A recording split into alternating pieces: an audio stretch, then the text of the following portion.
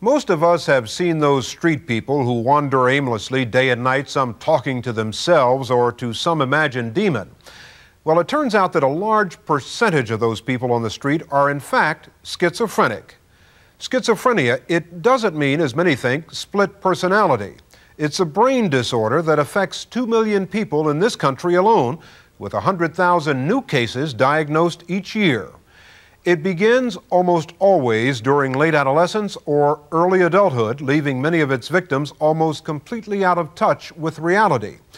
A recent report by a leading expert on schizophrenia says that almost 40% of the so-called street people in this country are diagnosed schizophrenics, and that nobody cares enough to deal with them as a medical problem. Take the case of Judy, a 42-year-old woman who is also a diagnosed schizophrenic who believes her thoughts are controlled by a computer. She lives day and night on the streets of New York City.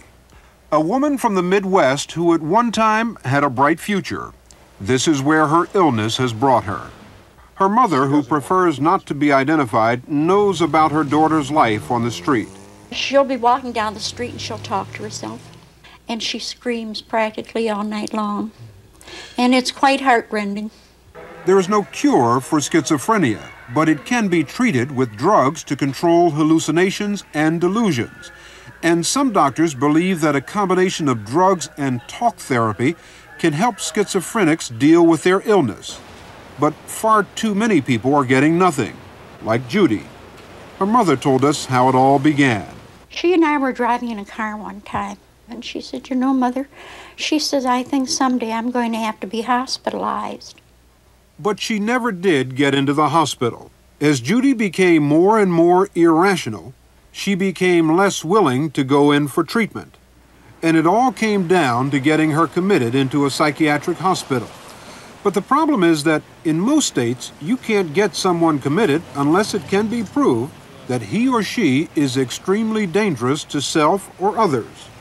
Judy was not violent, so a legal aid attorney claimed that she could not be hospitalized against her will. Her mother remembers that day in court. She was free and she walked out, and she didn't even know where she was going to go. And what's more, I walked out into the hall, and I said to this lawyer, I said, "Now what's going to happen to Judy?" And she said, "That's not my problem." And the problem was that there wasn't any place else for Judy to go. And basically she's been in the streets since then? Oh, yes, getting worse and worse.